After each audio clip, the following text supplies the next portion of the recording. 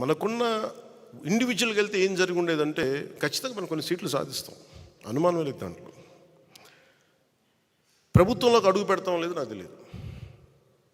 నేను పోయినసారి జరిగిన దీని పరాభవం అనండి, దెబ్బనండి, ఓటమి అనండి, అది నన్ను చాలా ఆలోచన తీరు మార్చుకునేలా చేసింది నన్ను.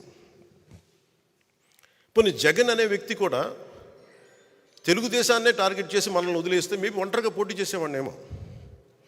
జగన్ తాలూకు చాలా కీలకమైన లక్షణం ఏంటంటే ఎవరిని స్పేర్ చేయడం. అతను సొంత చెల్లినే స్పేర్ చేయని వాడు మనల్ని ఎలా స్పేర్ చేస్తాడు?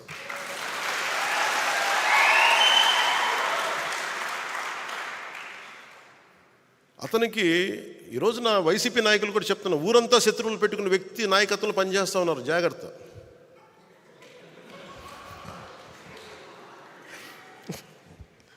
లేదు, ఊరంతా శత్రువులు అతనికి, జాగ్రత్త. మీరు అతని కింద నడుస్తూ ఉన్నారు, మీరు ఆయనకి నాయకత్వం కింద.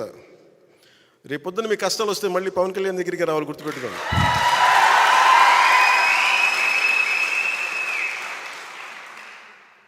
మనస్ఫూర్తిగా మమ్మల్ని అందరినీ ఏదో ఒకలా మేము చూసుకుంటాం బాగా. ఎందుకన్నా చాలా పెద్ద మనసు. ఎందుకు పెద్ద మనసు అంటే కక్ష కారుణ్యాలతోటి కక్షపూరితంగా ఉంటే సమాజం విచ్ఛిన్నం అయిపోతుంది. మొన్న అడుగుతూ ఉన్నారు, మీరు అలా చేశారు, ఇలా చేశారు, వాళ్ళు తిట్టారు, ఇలా తిట్టారంటే నన్ను తిట్టింది ఎవరయ్యా అని అడిగారు. నన్ను వీధి కుక్క అని తిట్టిన వాళ్ళు కూడా ఉన్నారు. నన్ను అవి ఎందుకు భరించి ముందుకెళ్తాం?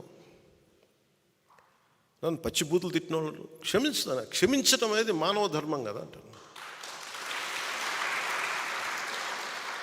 ఉన్నత స్థాయి వ్యక్తిత్వంలో ఎవడైనా సరే క్షమించడం అనేది చాలా గొప్ప గుణం. అది నేను నేర్చుకున్నాను. ఎవరి దగ్గర నుంచి నేర్చుకోవాలో? నెల్సన్ మండేలా దగ్గర నుంచి నేర్చుకున్నాను.